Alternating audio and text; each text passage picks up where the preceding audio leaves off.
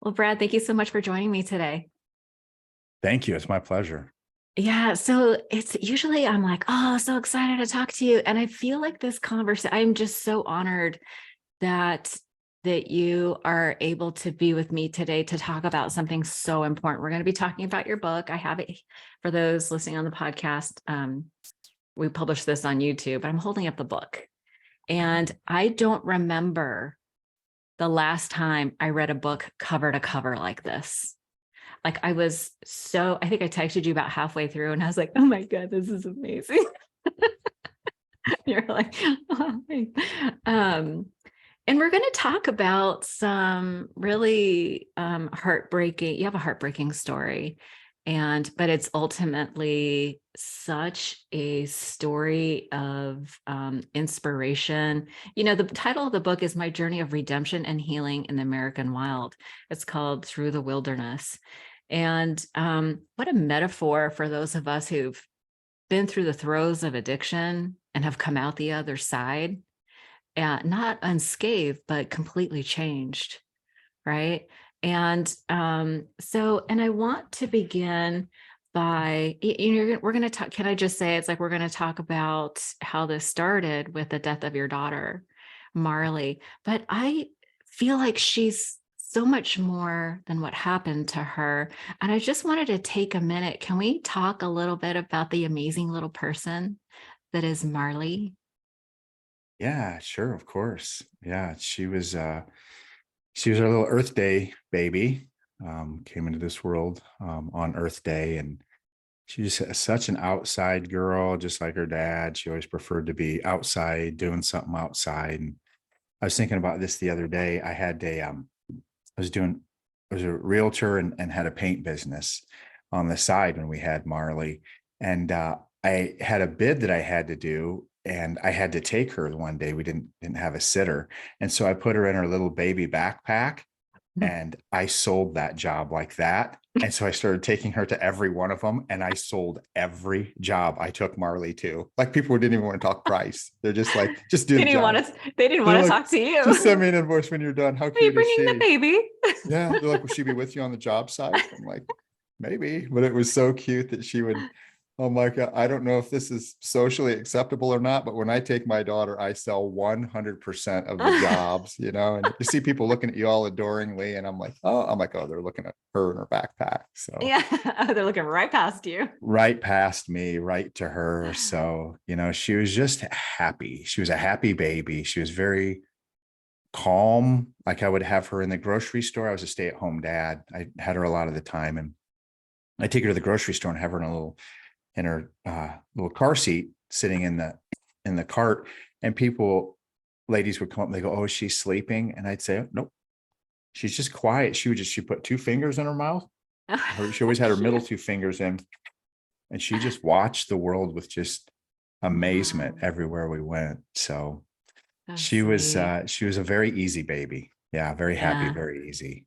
I've seen pictures of her in her little bear suit. You talk about it in the book, and I've seen pictures of her online in her bear suit. So adorable. But the funny thing is, we went on a huge road trip when she was 6 months old.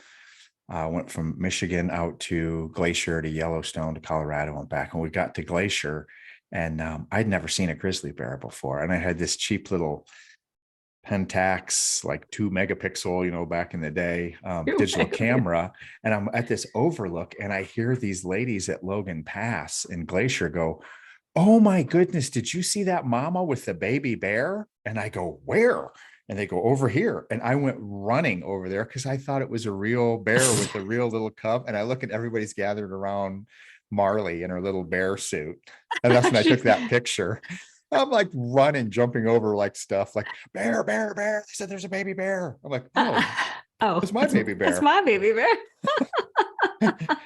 So that's That's when we so snapped that pic. I funny. just got in line with everyone else and snapped that pic. Like, there's other people taking pictures of her. Like, There was a line. yeah, seriously. I'm like, I guess I'll get in line for my daughter here. Oh, that is so sweet. Yeah, I just really got the essence of her, as you're writing about her.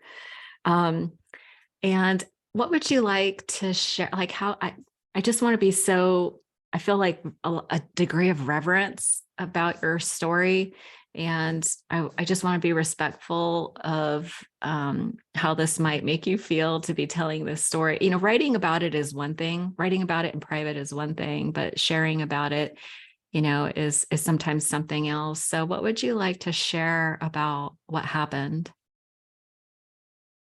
Great. Thank you for being sensitive to all of that. And it is one thing to write about it, another thing to talk about it. Um, you know, the big thing is we just never got any answers. What happened? We lost Marley under very mysterious circumstances, as you know from the book. And I don't want to give away too much of what's in the book, but it was we did our due diligence ahead of the visit.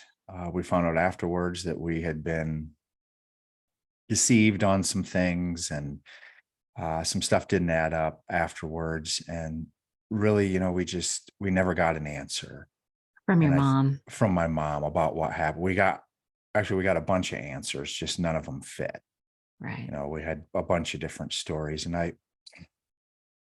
I never ever thought that anything malicious happened, that it was a horrible and tragic accident. But if that's the case, then we just need some honesty, no matter how difficult it was, because we had two other little girls that were missing their sister, and were asking what happened, and other family members that were very close to Marley that just wanted to know what happened so they could kind of put it together in their head.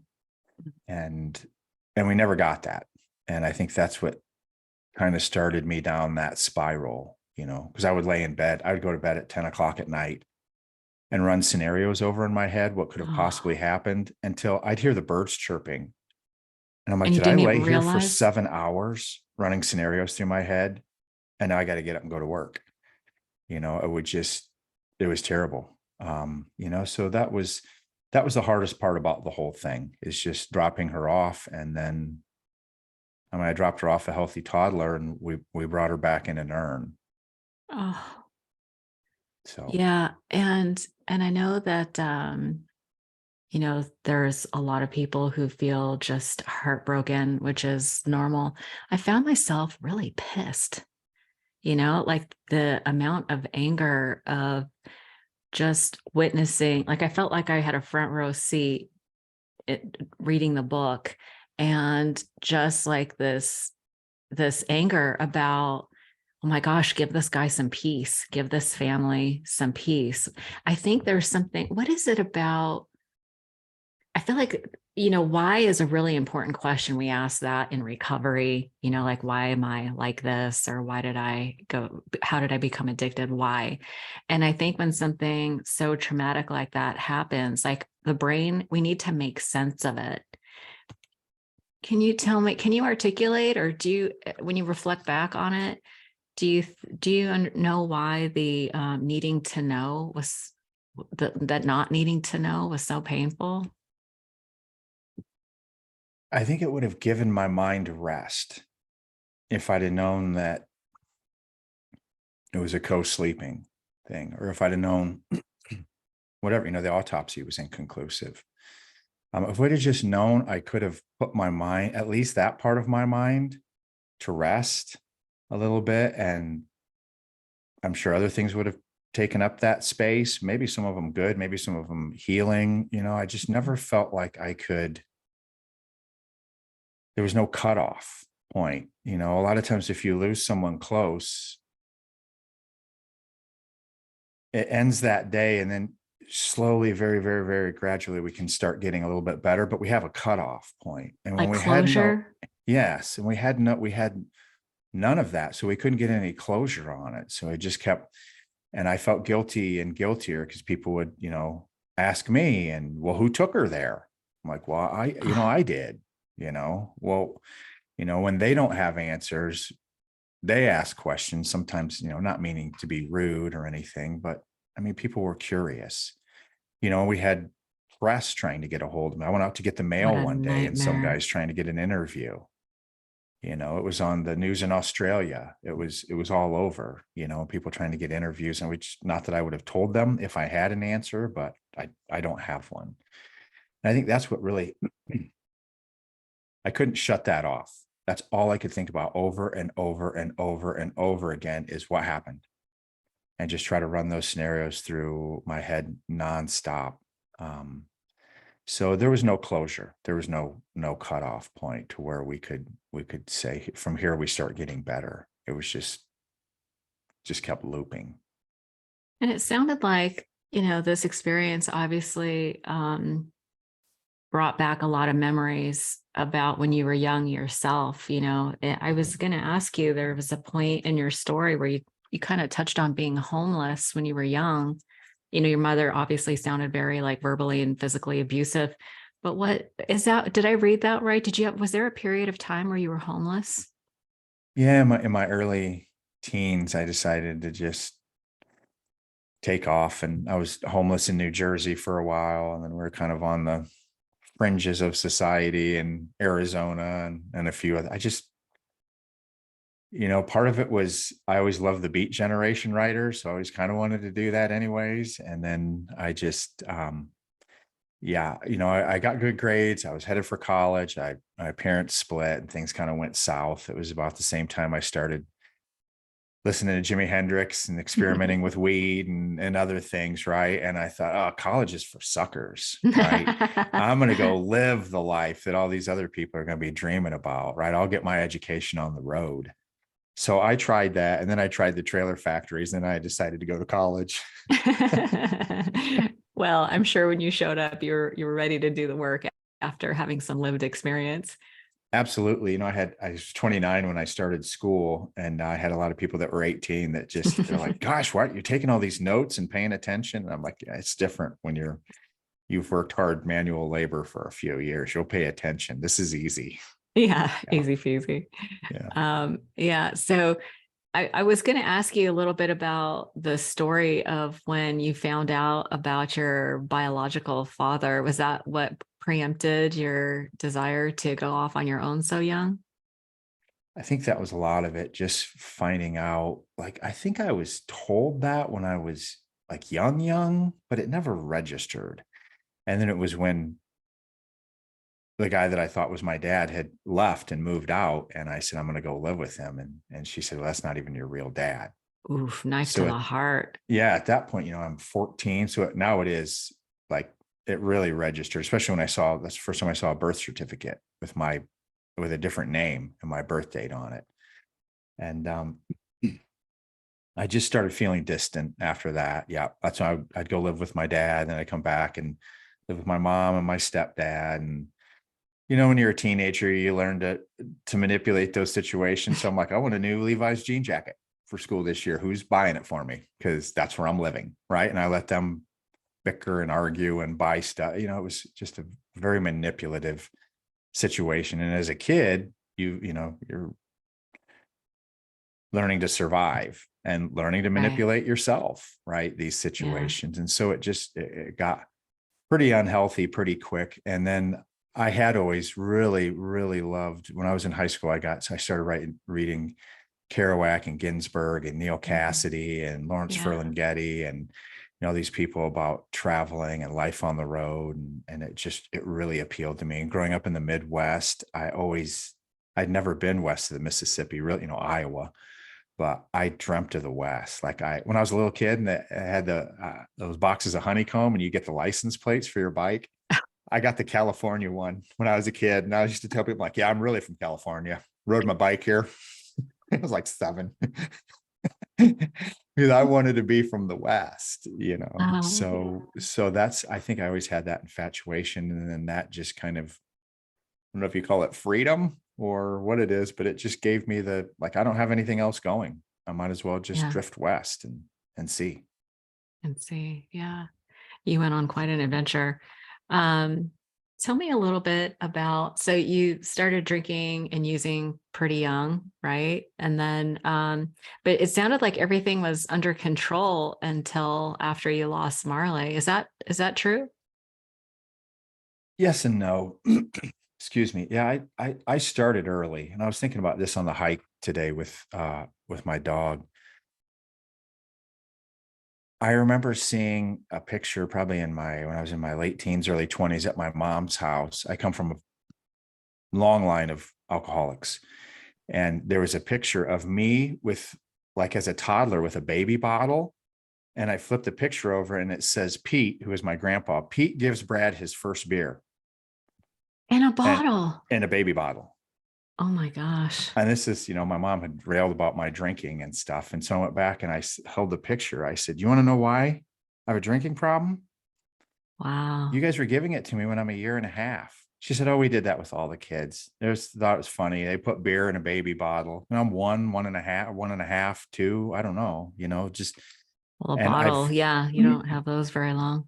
yeah, I vaguely remember sitting there with my grandpa too. Like they thought it was funny for the kids to drink beer with grandpa, drink PBRs when they're 2, 3 years old, sitting out there with grandpa.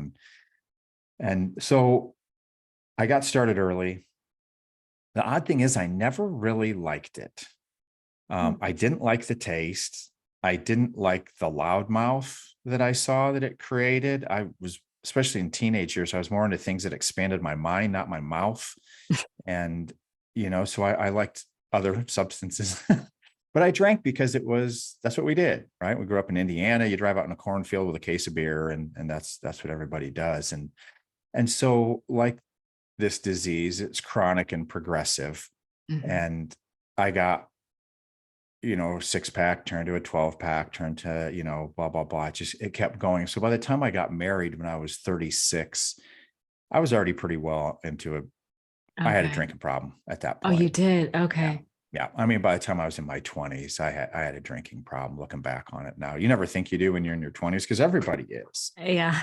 partying and going to concerts and stuff. But, when it gets to that point where the party's over and you're still going, you're Right. still looking for that last beer, like 2 o'clock in the morning, scrounging around, so I already had a drinking problem. Okay. But when we lost Marley, that's when it went to, it was beer and some shots here and there before. And that's when it was like fifths of cheap vodka over and over and over, and then they, I went to see the doctor after that happened and he put me on Ativan, Trazodone, Xanax, and Ambien and said, don't drink with these. And what I heard was definitely drink with these. Now I can reduce my alcohol consumption.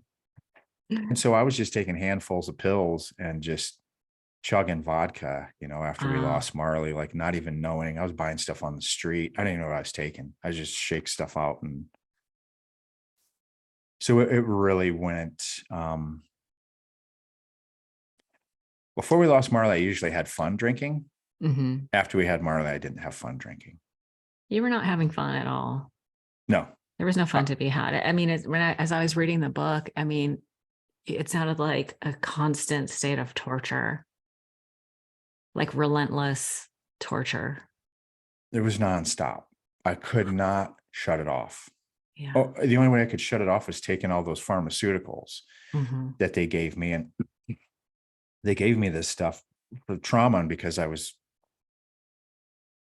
could not stop thinking about suicide. I felt like it was all my fault. And every day was a reminder of all the pain I had caused, looking at my ex-wife and looking at her daughters, our daughters at that time, looking at my dad who lost his only grandchild, my sister who lost her only niece, I felt responsible for all that.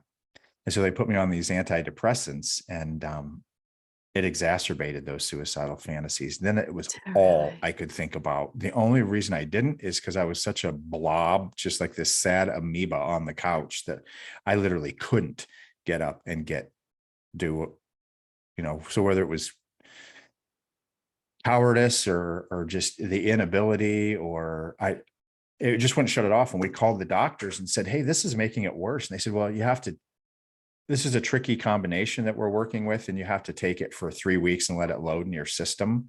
I'm like, Right. I'm Yeah. not going to make it 3 weeks if I Yeah. keep taking this. Has made it 10 times worse. So I just, no matter what I tried, I couldn't shut it off. Yeah. It You sounded know? like you tried some therapy too that wasn't very productive.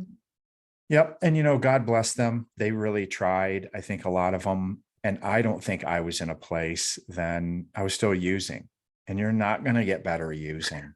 Yeah. You just Yeah. can't, I don't care how much therapy you go to. If you go drink after that, you know, you're taking one step forward and two steps back. So I think a lot of people tried, but I just was really hoping they had more of a magic wand that they could Right. waive and just Mhm. shut this stuff off. Just, can I have one day that I don't think about this? Just one day to get my feet under me. And it just, Mm. and so much of traditional therapy, which I'm a fan of, I don't ever want to talk down about that, but we rip things open for 50 minutes and then leave. And then I'm supposed to come back, a week later.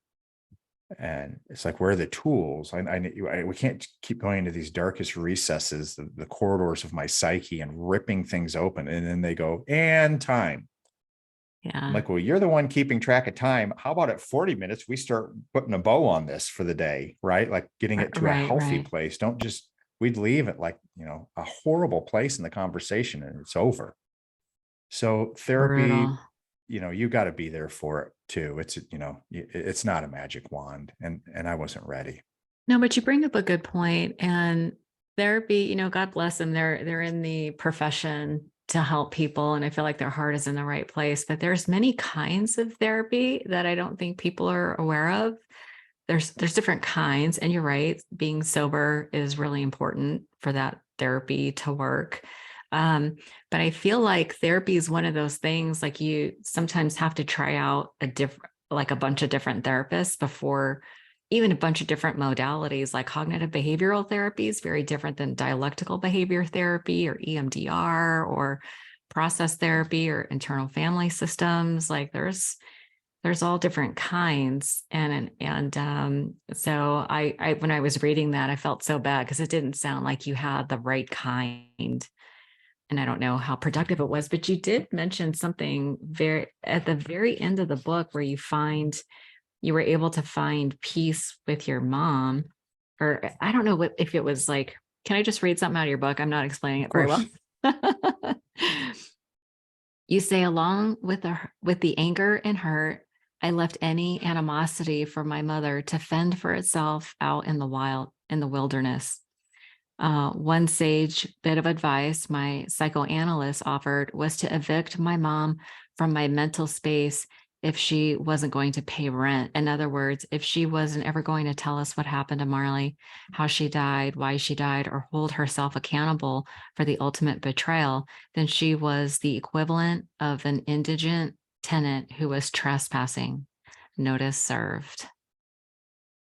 It Yeah. really, I mean, so at least it sounds like it's so interesting to me because sometimes, seeds are planted and they don't blossom till much later, but I love that idea of finally, we kind of cut to the end, but, and there was a long process between that, but what an interesting idea to finally be able to, move that aside and put it in its right place.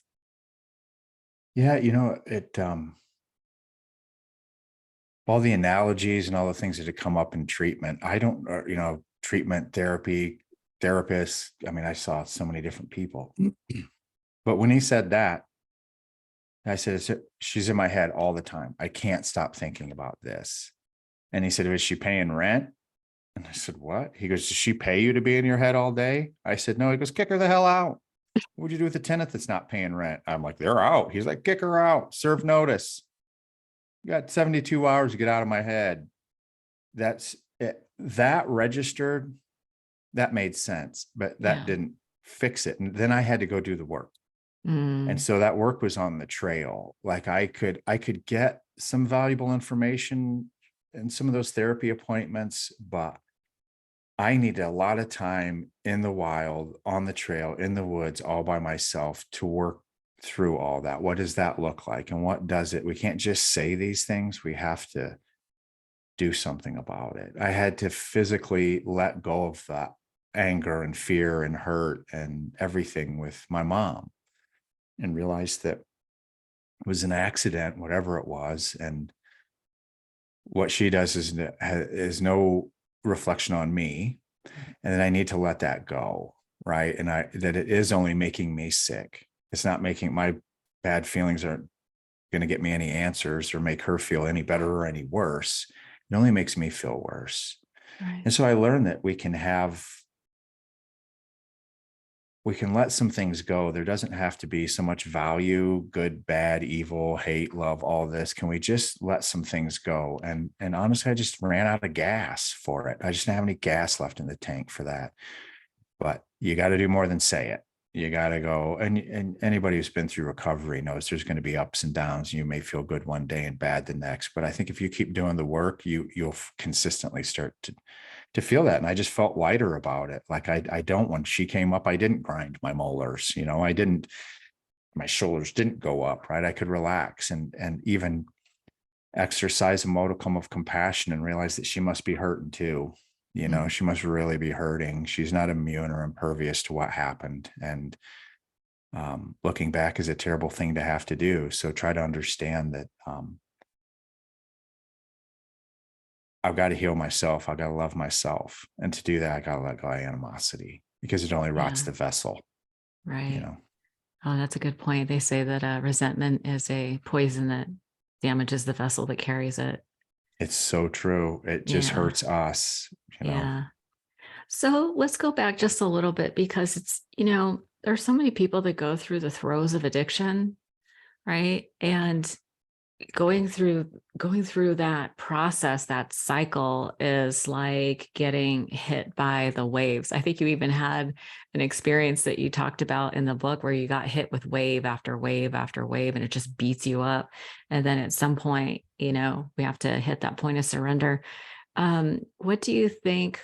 Did you have a turning point or a moment of clarity or something that was pivotal for you that you decided, I have to get sober now? Yeah, it's interesting when you talk about those waves. I'd never felt obviously a pain so deep that I would cringe. Like I'd be sitting, maybe just trying to chill out in front of the TV, and a Pampers commercial would come on. And I knew the feeling that was coming, and my body would actually go like this before I felt the sadness. I got to where my body would react like a wave, like I could feel like, you would protect yourself if a wave's getting ready to crash over you. My body would cover its, I learned later, it covers its Cover heart. your heart. Yeah. I immediately, I'd see that Pampers commercial, my body'd start to go like this. And I'm like, here it comes here. It's like a headache you can feel coming. Wow. Yeah. And so it would actually wash over me like a wave, and so as far as I went to my first Crow Sweat in 2012. They helped me tremendously, but I just wasn't ready. And I kept going I had a sponsor and I was going to AA, and I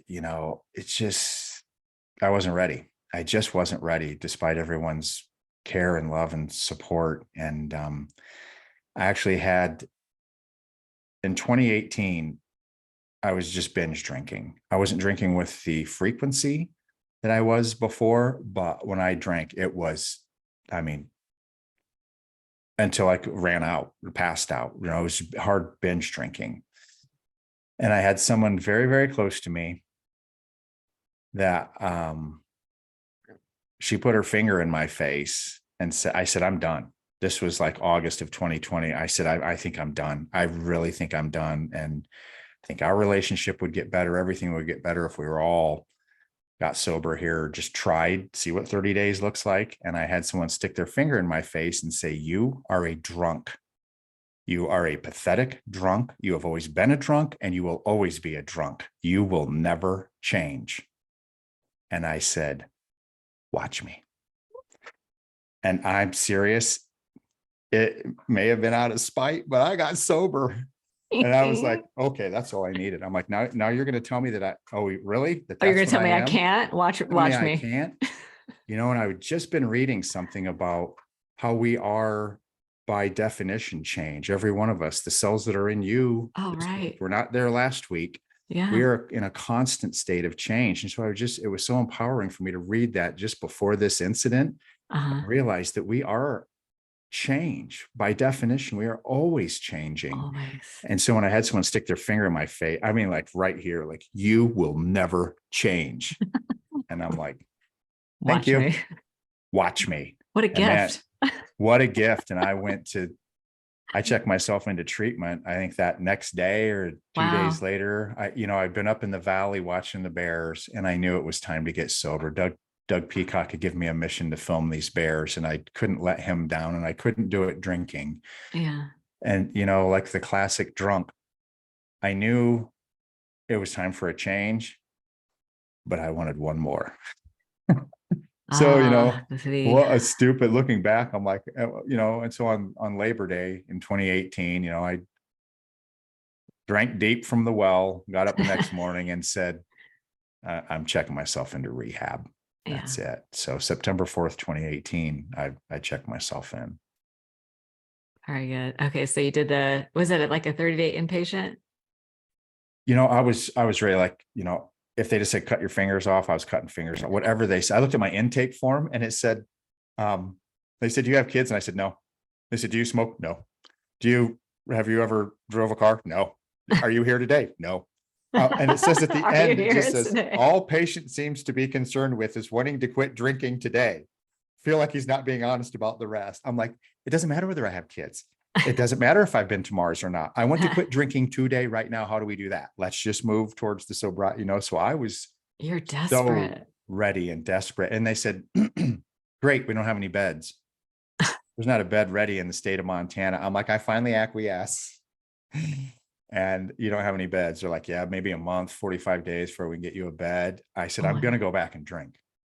And they Yeah. said, well, we can put you in intensive outpatient treatment. Ah, So that's what I started. So I was going there like Monday, Wednesday, Friday, and spending hours and, in group and then in intensive outpatient treatment. And the one day we were talking about what we were doing to fill the void. And mhm. a lot of people are court ordered in there and kind of giving some Right. canned responses. And it got to me and she said, what are you doing? And I said, well, I'm filming a couple of orphan grizzly bear cubs. And then I meditate under this old Douglas fir tree up from my house. And she goes, oh, ooh, you're into new age healing. And I said, New new age. Can I age. tell my crow friends you said that? New age. Being with animals and meditating is new age. I said, honey, what you're trying here, reading a horrible printouts under flickering lights, is new age. Exactly. What I'm doing is what people have been doing for tens of thousands of years to heal themselves. And that's connecting Yeah. themselves back out into nature. So I went for almost a month. I don't think I completed that. But I hung in there as long as I could, but I was getting more from being out in nature. And so my heart needed the wild. And that's where I needed to get better. I needed those big spaces. I need to be in country where I was not at the top of the food chain, Right. where I really had to pay attention to where I was at and what I was doing. Fully present in the moment in nature. That's Yeah. a gift of the grizzly bear. If you're not present in grizz country, you probably shouldn't be there. It's really the gift of the Yeah. grizzly, is to be here right now, today, in the moment. Can you share the story about when you had your grizzly encounter that sort of kind of changed your perspective on life? Yeah, of course. It was about May of 2012. We lost Marley in July of 2010. We moved to Yellowstone in January of 2012. And I thought that, excuse me, I thought that just by moving to Yellowstone, I would just be healed. I just show up, unpack my totes, and I'm healed. And wherever you go, there you are. And so it was doubly, triply worse to be in such a beautiful place and feel so broken that I was in such a beautiful place and I just couldn't, I was just a wreck. And it really made things worse. And I'd lost a job opportunity, and there's Was that more. the one to work for Yellowstone? Correct. Yep. I was all set to go. They were so happy to have me. And then I got a DUI, my only one ever, 100 days after I lost Marley, Yeah. to the day. And so that prevented me from having that job. And so I just kind of, again, it was like, Heartbreaking. I really thought I had something like positive finally. And then it was like, Charlie Brown and Lucy with the football, like I Right. just kept feeling like every time I went to kick that extra point, it got yanked away. And so I woke up one morning sad and hungover and depressed and ashamed because I was never, ever, ever, ever drinking again. And I was, and I just needed to get out. and walk around. And one of the closest places was Swan Lake Flats, just south of Mammoth Hot Springs Park headquarters. And there's rarely many people there. And so I just drove up there and just, I don't know, honestly, what I was doing. I was just going to walk. I just wanted to walk towards the mountains. There were some snow covered mountains in the back, and I didn't have any plan. I couldn't be at home. I was going to drink or hurt myself, and I just started walking, stumbling through. And I'd been in training, to guide in Yellowstone. I knew to pay attention, to be aware. And I saw something that I thought was an elk. There was some elk on the hill, and a grizzly bear lifted its head. And I had wrote in my journal sometime before that maybe one of the best things that could happen to me was that I would just die in the backcountry and the birds and the bears would crap me out somewhere beautiful. I saw that bear and I was like, I don't want to be crapped out somewhere beautiful anymore. I really don't. And it was a non-aggressive move by the bear. He just kind of lifted his head and we both looked at each other Like you surprised him? Yeah, he was just rooting. His nose was all covered in wet mud, and it had been raining that morning. And he just kind of looked up and we both went, oh. And then he kind of postured a little bit and I just stood there and then he just walked off. It was very non-aggressive. Oh my gosh. But from my training and my experience, I knew I had really messed up. Like I had really, really messed up, because when that happens and there is an altercation, the bear always pays for it. And you want to know one way I could possibly feel worse in my life is if I had caused a grizzly bear to now be put to death because I got mauled for being stupid. Right. So it's the people interfere with the animals and then the animal pays. Didn't that just happen with a baby bison? Yep. Somebody Baby went and hugged elk and it, a baby, but it happens all the time, and I'd been trained and I knew better. And so the fact that I was now endangering bears and myself, it was just a moment. What that bear taught me that day is that I didn't want to die. I just didn't know how to live. Oh, yeah.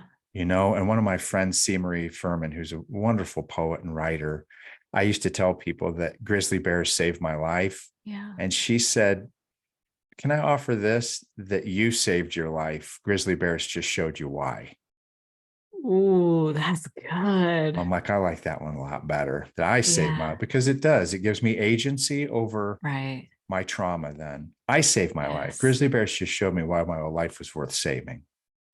Isn't that something? That is amazing. Yeah. No, I think there is a huge component of personal responsibility that is part of the recovery and healing process, to be frank, because that whole victim mentality I had it too. I'm not like trying to be condescending. I felt that too. But once it was made clear to me that I did have agency and I could make different choices, like I just needed somebody to point out the dynamic of how I was giving my power away. Like, as long as I was blaming other people, they were in charge of my happiness.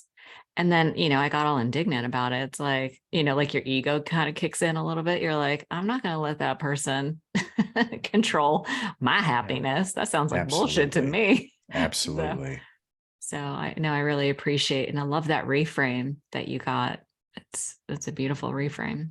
Leave it to a poet. Yeah. Well, you sound like you're surrounded by some amazing people. Can you just share a little bit about who Doug is and the role he played in your life? Yeah, absolutely. Doug Peacock is really the godfather of grizzly bear conservation. Doug was Vietnam vet, Green Beret medic in Vietnam. And Doug was involved in part of the Tet Offensive and saw some pretty ugly things. And they sent Doug home, and Doug's trauma was so deep. I think he even says in Grizzly Years that he couldn't even face his mom when he got home. He couldn't look at her. Yeah. And so when he was in Vietnam, he had maps of Yellowstone, and he said he would just look at all the blank spaces on the maps and say, as soon as I get out of here, I'm going to all those blank spots. And he knew when he got home from the war that he was a threat to himself and to others.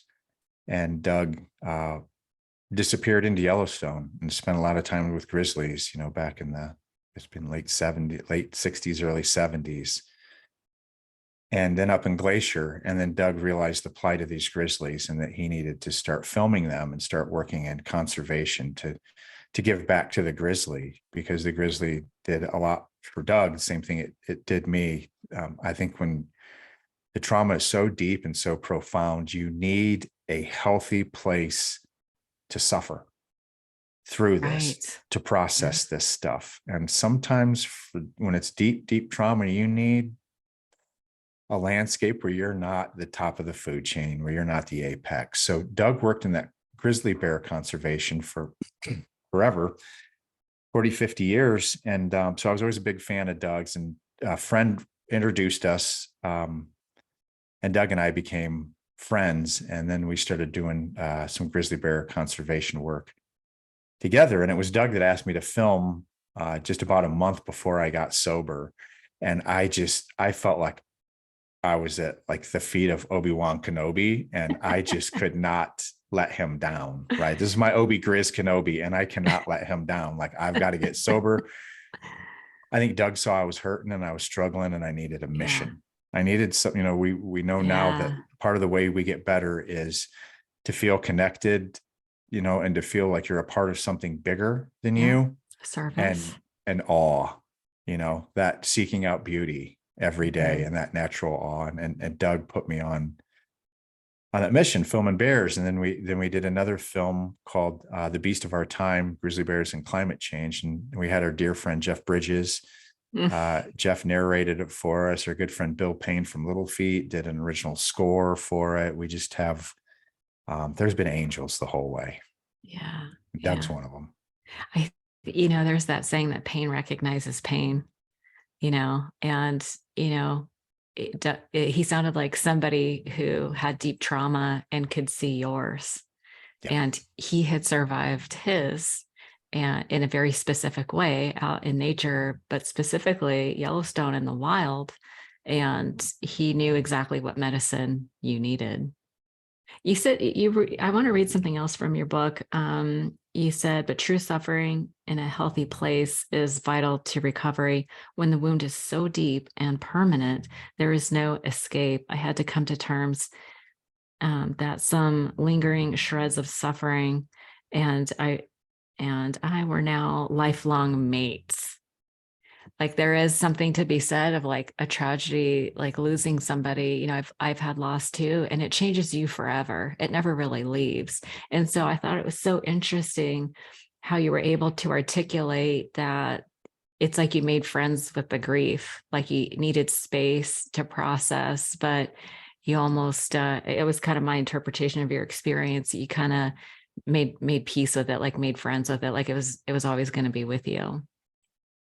Yeah, I was trying, because like I said, it's always going to be there, Yeah. and especially when you lose a child, it's a wound that doesn't heal. Right. And if it's going to be Yeah. there, if this entity is going to be in my life for the rest of my life, we might as well learn how to play nice, Yeah. and it's there, and I get it. And now that I don't have to run from it, I know when that sadness is there, I know how to deal with it. I know I have tools now, Mm, but it's not, I'm not going to pretend it's not there or say that I'm over it, or that there's no getting over there's this no getting ever. over. Yeah. So the knowledge is power, that once I know that that's not going anywhere, now I know which tools to reach for when that crops up. Yeah. It sounded like true acceptance. I had to, I just was Yeah.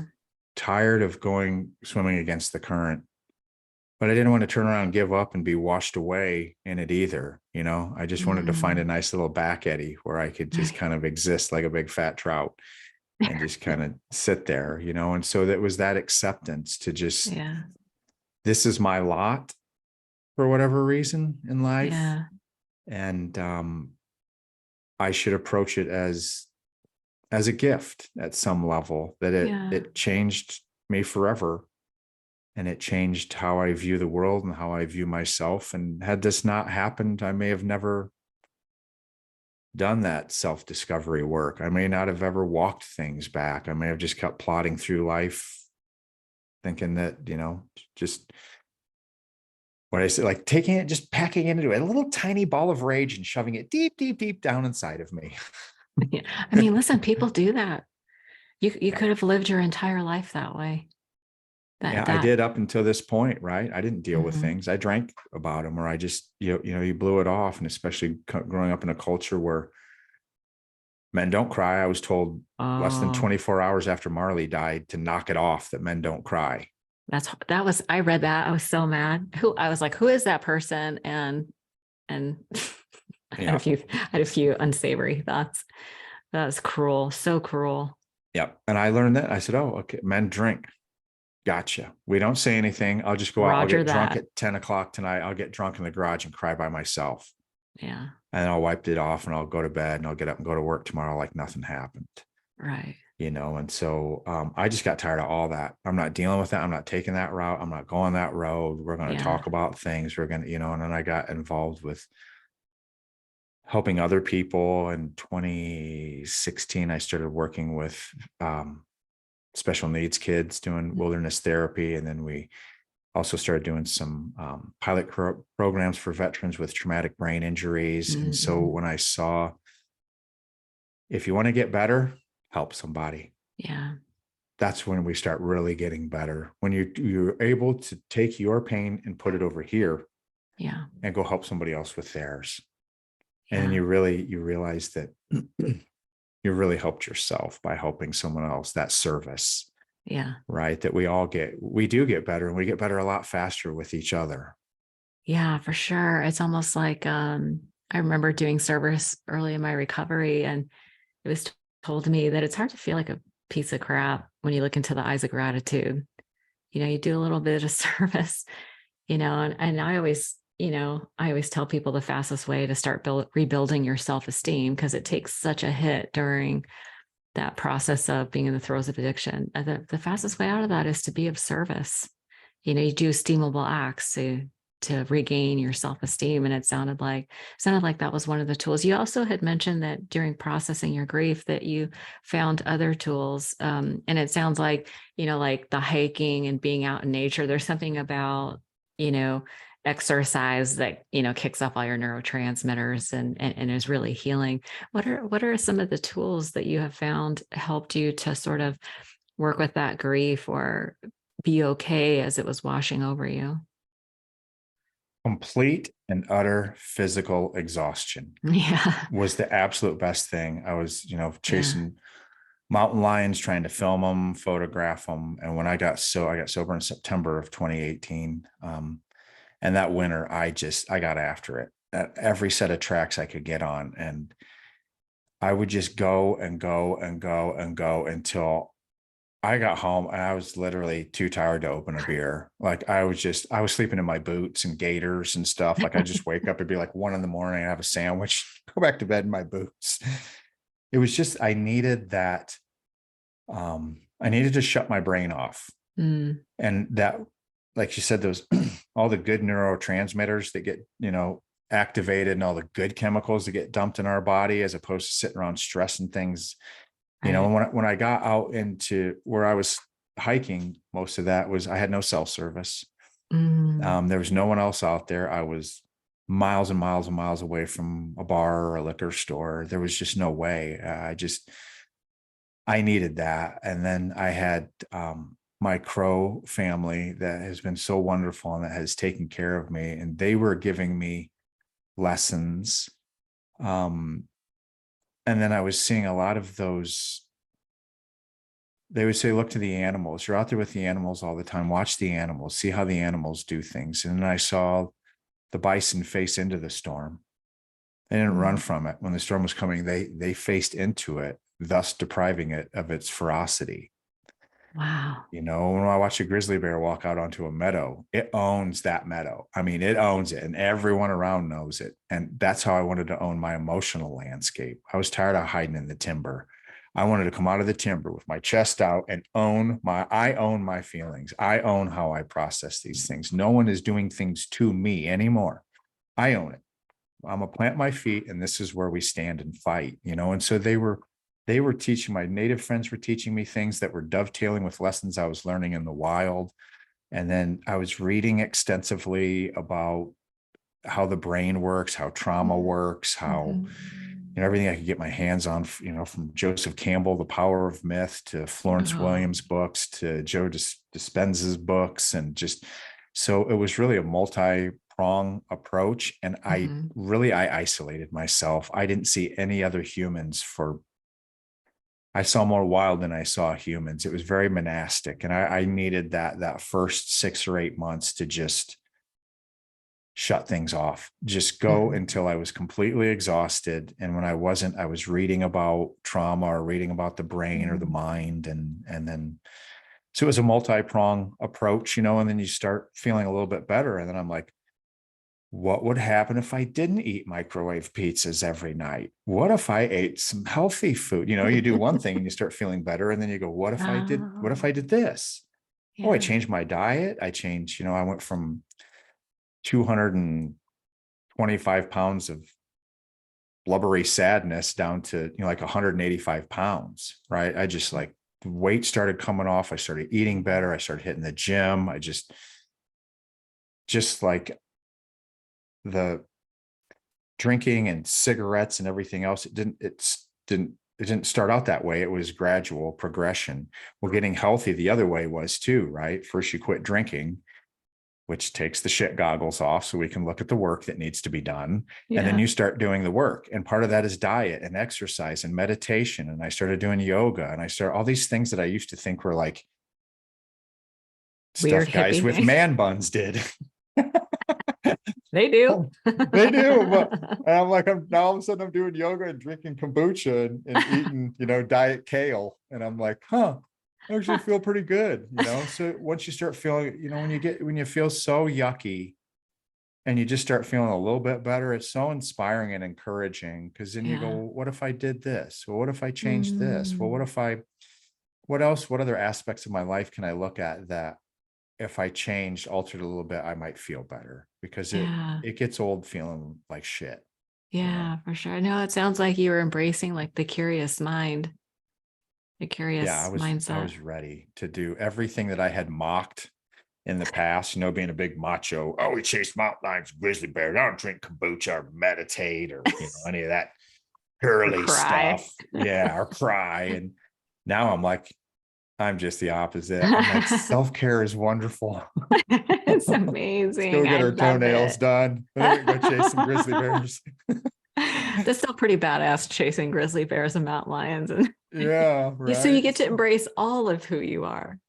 yes, right. It's about time. And it's nice to Yeah. embrace that. And it's nice to now have brothers that, you know, we text and we check in and we do Nice. bro checks, and, you know, just a group text, What's or a just bro check? you I'm a know, girl. we just we have a group of guys that when we were hunting, elk hunting, there was guys that we make sure that their cell phones were on during that time in case someone has an Oh, issue hunting. So uh-huh. during elk hunting season, we had about, I don't know, there's about 8 of us that were in this group text. So we keep our phones on next to our bed during, in case someone has a Ah, problem. So we're right okay. there. So we Yeah. finished this at like the end, you know, we just got to this point where like, hey, like no one's even hunting that day, but someone would chime in, hey, my brothers, hope you all have a great day, or bro check, just checking in on my bros, hope you have a good day. And then hunting season ended, and one of my friends who's this like badass Marine, he goes, just because hunting season's over, do that mean we can't text I love you anymore? I And I said, no, we could still do that. He goes, I kind of like love you, that. man. Love you, man. I'm like, I do too. So now every once in a while, we just send her, you know, if we haven't heard from a brother in a while, I'll just write bro check. That's all I text, and they'll like Uh-huh. thumbs up back or something, or I'll call Yeah. you next week, or but just Yeah. to check in, just like, dude, are you Hmm. doing okay? Are you all right? Are you, you know, are we good? We're good. Cool. Right. Yeah. But it's nice to have that male camaraderie, where before I really felt like we couldn't do that, or you would be perceived as weak. Isn't that funny? I think it takes so much courage to tell somebody, like, no, I'm not okay today. like I'm not cool, Yeah. and then have an opportunity to talk about it and just process. And just know someone's there that gives a crap, half the Yeah. time that makes everybody feel better. If you're happy, you're having a yucky day and I get it, from a friend or a bro who's like, man, I don't know why I'm just thinking about you today. I'm like, okay, thanks. All right. Yeah. I know why you're thinking about me today because I don't feel Yeah. good. Yeah. Yeah. Right. And just to know that someone else is out there, that we're not just satellites crashing into Yeah. each other, is it's empowering. And I think it's way past Oh due yeah. for men to be able to do that, to be able to hug. And, Doug's the Yeah. first one that taught me. I mean, he's Green Beret, Mr. Grizz himself. And the first time he hugged me and he said, I love you, and I was like, Oh. oh, I love you too. Not sure. Am I supposed to say that in a baritone to a man? Love you too, bro. Right. Like, well, it Right. was so touching from Yeah. Doug of all people, right? And I'm like, we can, and now we do, right? Like now when I see my brothers, I mean, it's a big bear hug, and we're checking Yeah. in on each other, right? And Yeah. it's nice to see that, Community and connection yes, and and that shift in yeah. males that feel like they can do that without Yeah. being perceived as weak. Yeah. Man, I'm so happy to hear like this shift in our, common lexicon of, the I love you man thing. It doesn't have to always be in tongue in cheek, like you actually really mean it, and I think that is sort of the antidote to this a lot of the toxic masculinity that you see, and those like that person. It sounded like a lady that told you that men don't cry. Was that true? Was it a Mhm. lady? Because she Yeah. looked at her World War II husband and he was like, don't say that shit. Like, Yeah. don't be crying. That's not okay. Yeah. Yeah, As he's such a lifting a shift. beer at 11 a.m., he just looks at me and shakes his head. And then, He's like, stuff that shit down. yeah, he's like, don't you realize you just choke that down with some beer? Oh, Yeah. I do now. Roger that. Roger that. I got it's out in the garage. And as soon as you all split, that's where I'm headed, and That's where that's I'm how I headed. dealt, Yeah. you know. Yeah. Well, it sounds like, I mean, life is really beautiful these days. I want to read you one more thing that you wrote. I'm reading you back to your own words. This is for the audience. It says, eventually I had to come to realize it wasn't the bears, the wolves, the lions, the beauty, or the horrors of Yellowstone that saved me. It was love, love for me, love for you, a love for the infinite web of life. We are all an inextricable, oh, it's a hard word for me, part of and my place in it. What a beautiful way to sum up, like what it was that saved you. It's like that energy of love. And I was wondering, do you have a spiritual practice or did you find spirituality um, along this along this journey that you went on? That's a great question. As a kid, I was very involved in the church, Mm, to where I thought I wanted to be a youth pastor. There was, mm. we had this youth pastor that he was just so cool and he was so hip. Right. And I was like 10 and I'm like, he's the coolest dude ever. And that's what I wanted to do is ministries. That's where I really felt Mm, my calling was. And then I saw some things happen in our church as I got a little older. There was a lot of hypocrisy and a lot yeah, of, Sunday Christians go home and beat the shit out of their kids and smoke cigarettes and drink. I'm like, as you get a little older, you go, wait, yeah, why are we only good on Sunday from 10 to 12? And then, right. so it kind of turned me off to Christianity, to the whole, Like to the, religion. to religion. Yeah. Not just Christian, but organized religion, really. Yeah. And so then in high school, and I was, and post high school, and I was reading a lot, I started reading some Native American stuff, Black Elk Mm, Speaks, and a few mhm. other books. And I ended up meeting in the 90s, I met Lauren Black Elk, who was a descendant from Black Elk. And Lauren took me up to Pine Ridge and I spent some time up there. And then I'd always had an appreciation for it. And when I moved back, when I moved to Montana, I met one of my new good friends was an adopted, he's a white guy, but he's adopted Crow. Mm, And Sweeney from the book mm. took me over there to my first sweat. And then Rachel, Old Coyote, his sister, Crow's sister, she took me under her She was wing. your sober coach that knew that you Yes. were going to drink the night before. Yep. And so Yeah, Rachel, after Rachel did that was that, trippy. if she would say, I need you to stand in hot bacon grease every morning, I'm standing in hot bacon, whatever she That tells was me wild. to do. So Rachel is the one that told me, years ago that you get up before the dawn and wash your face. The sun doesn't greet you with shit in its eyes, and you shouldn't greet it with shit in yours. So you get up, wash your face, smudge, burn sage, Mhm. you do your prayers. You say only thank you for today. Thank you for the blessings in my life. They don't ask for anything. You just say thank you and offer the Yeah. smoke as a prayer. And she's had me doing that. I do that. I've done that every day for years, and she just they took me in and got me in a sweat, got me pointed in the right direction. Mhm. Rachel was really showed me a lot of the crow ways. And Mhm. so that's where my spirituality really comes from, is just Yeah. back with creator. And so Yeah. now when I'm out hiking, I just talk to Mother Earth. I just Mhm. say, hi, thank you. What a beautiful day. And just, I feel very connected to creator and to Mother Earth out there. And Rachel also taught me that, I was going through a divorce and I had to move, and I got to my new spot. She said, I want you out there with your ass in the dirt, sitting and praying. And I said, oh, okay, I'll go out and sit down. She goes, I mean, like Skin on skin. butt cheeks in the dirt, dude. You're Skin like, on dirt. She's like, no oh, swim got it. trunks.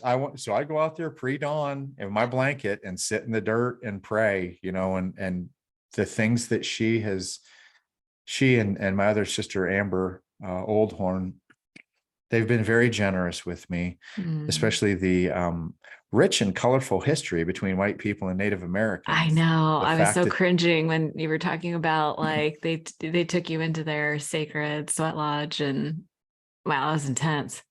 it was pain recognizes pain. Yeah. And if Yeah. you everywhere I went and talked about, if I'd say something about Marley, people would, oh my gosh, I can't imagine. I can't imagine. When I got over there, a lot of my Crow family has had deep loss. And as a Mhm. culture, they know genocide and loss Right. and horror and sadness, and their sense of humor and their spirituality, I think, has got them through a lot. So I mean, literally whatever Rachel and Amber say is where I go and what I do. And I've got a guy over at Crow that pours sweats for me. So whatever Sean and whatever those people tell me is I follow their ways. It's worked for them for 12,000 years. So Yeah. I feel so blessed and so fortunate that they would share those things with me and take me in. And last year we were at Crow Fair, and Rachel was being interviewed by a film crew from the UK, and they said everyone there was Crow, and they looked at me and they go, "Are you Indian?" And I said, "No, I'm non-native." And Rachel chimes up. She goes, "But his heart and his mind are native. He thinks and feels Oh, like us, like we do. That's why he's here." And I was so proud. Like wow. she's very defensive of me. Right? He's like, "Well, you're not Indian." So She's like, "Wait a minute." protective. Yeah, she's like, he thinks and feels, he smudges, he prays, he walks on the land the way we do. So it was such a Oh, compliment coming yeah. from her. I don't know that I would be here today if it wasn't for them. That's For so real. beautiful. Yeah. Yeah. Yeah. No, I received that. I really felt that in all your writings and the stories that you tell. It's so Yeah. beautiful. Very special. I could talk to you all day, but I want to be respectful for your time. It's been such a pleasure. Where can people find you? Are you still guiding people in Yellowstone?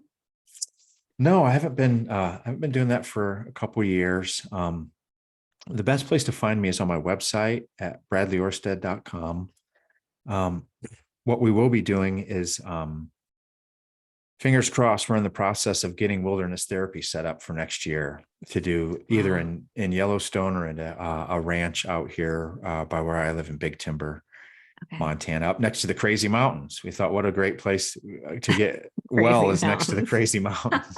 embrace, embrace the embrace crazy. embrace it. So yeah, so I'll be there. And then the book comes out June 27th, and we're doing a live stream book launch with Elk River Books in Livingston, Montana on the 29th. So that will be live streamed through their Facebook page for people who can't make it, but that'll be It'll the big be, book launch. I'm sorry, it'll be live streamed through where? Elk River Books, Oh, their okay. Facebook account. Um, Okay, They'll I'll get the link from you and I'll great, put it in the show notes so that people fantastic. can do that. Like I'm hoping to do, we'll release this just ahead of the launch so that people can put it on their calendars. Okay, great. Yeah, Yeah, that's it. And yeah, websites, good place, social media, Brad underscore Orsted is yeah, Instagram, and then Bradley Orsted Facebook. And yeah, I'll post stuff on my website, updates. I'm really looking forward to getting out and talking to more people and meeting more yeah, people and working in this more. I'd love to spend about 6 months a year teaching and 6 months a year learning, spend that other yeah. 6 months going and learning some new modalities. And I just got to this health and wellness party. I was across this hall at the Annihilate Yourself party. Well, listen, the people that are freshest from the fight are usually the ones that are the most energetic and compassionate about it. Absolutely. I mean, I am still just, You're the it's phoenix all new. rising. Yeah, it really is. It's all new and it's so exciting. And I love Yeah, working with people. I love doing peer support. And I love watching people get better, when they come in yeah, so broken and so hurt. And I remember what yeah. that first part of the journey feels like. And then you see them 30, 60, 90 days later, the light's back behind their eyes. They've lost some weight in their face. They're feeling good. It's my favorite thing in the world to be around is watching people get better. Amen to that. I'm right there with you. That's amazing. Well, Thank you I for all the so, work you do. Thank you so oh, much, really. yeah. You're helping more people than you will ever know. Well, I mean, I hope so, but to make this about you, I just want to say that this was I was just telling you before we hit record, I finished the book on Monday with like tears streaming down my face. It was so beautiful, so well written. I felt like I journeyed through the wilderness with you.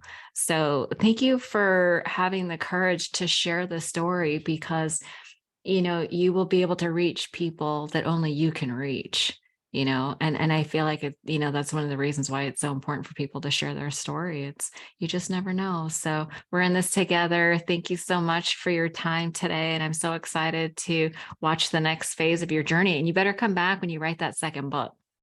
I would be honored. I'm looking forward to it. Now I got more incentive. There you go. Well, you have a great day. Thank you so much. Thank you. Appreciate your time. And I'm honored to be a guest on your show. Thanks. Thanks. Bye bye.